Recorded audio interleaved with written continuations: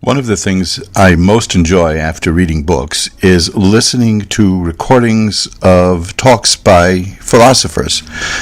Among my favorites are Richard Alpert, Alan Watts, Aldous Huxley, and Manly Hall, who we're going to be hearing from in a moment. I can't wait till they get a hold of that name, though, and change it to Personally Hall. But for now, it's Manly Hall.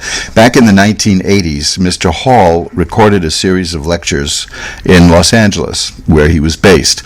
The man lived mostly the entire 20th century. He was born in the first year of the 20th century and died in 1990. So he saw society truly change. He saw massive changes and upheavals. He lived through all the great 20th century events and came to certain conclusions by the time he was an elderly man. And among those conclusions are the following observations concerning American elections. They still hold painfully true. The last time we had a 19-month election cycle, such as we're in the middle now, the last time we had that, it deranged people. It drove them nuts. There were people who cried when their preferred candidate lost. That's sick.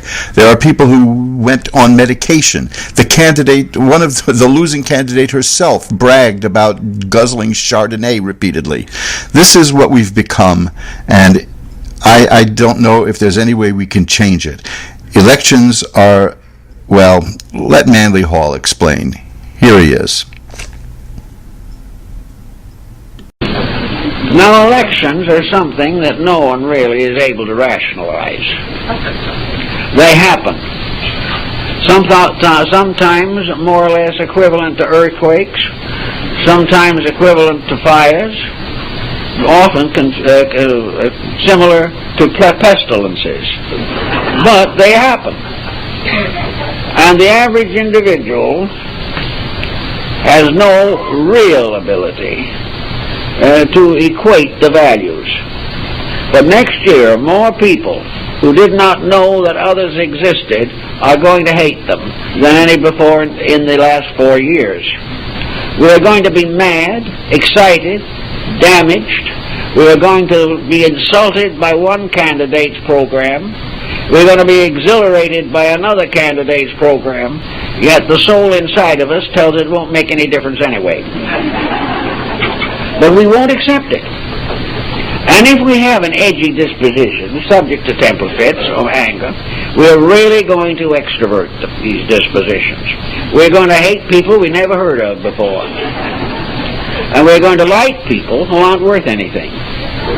We are going to try to decide, finally, by the one estimation, which is the basic fallacy.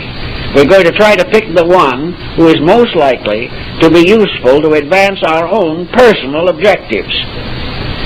If we want to have larger wages, we're going to vote for a labor advocate. If we want lower wages, we're going to vote for the more conservative person. Not because he's better or worse, but because of his relationship to our own pattern of living.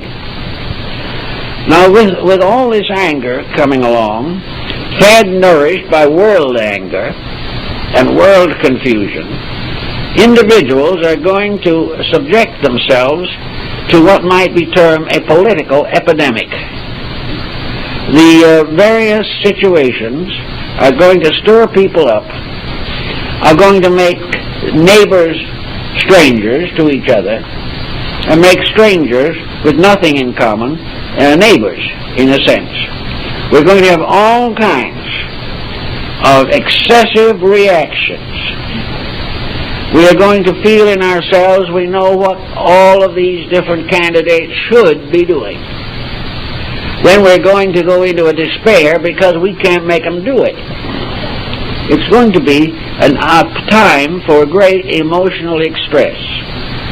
It's going to be all kinds of fire and thunder accomplishing nothing. If you have a naturally edgy disposition, you may well work yourself into a bad illness over this type of thing.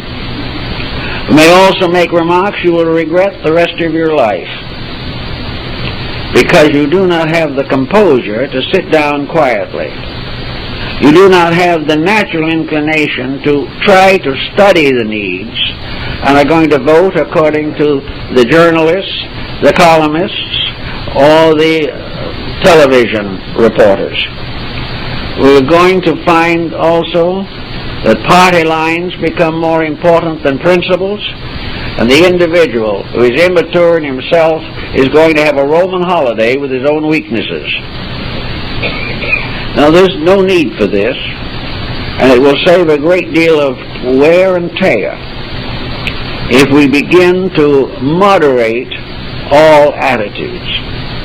A matter of who is going to run something is really not a matter for riots. It is a matter for very deep, quiet consideration of values. The individual who is constantly parading has not considered the values adequately, or he wouldn't have time to parade. And if he thinks deeply enough, he might have difficulty in finding any cause to parade with. But on the surface, all these things become dramatic, and they also become definitely psychotic.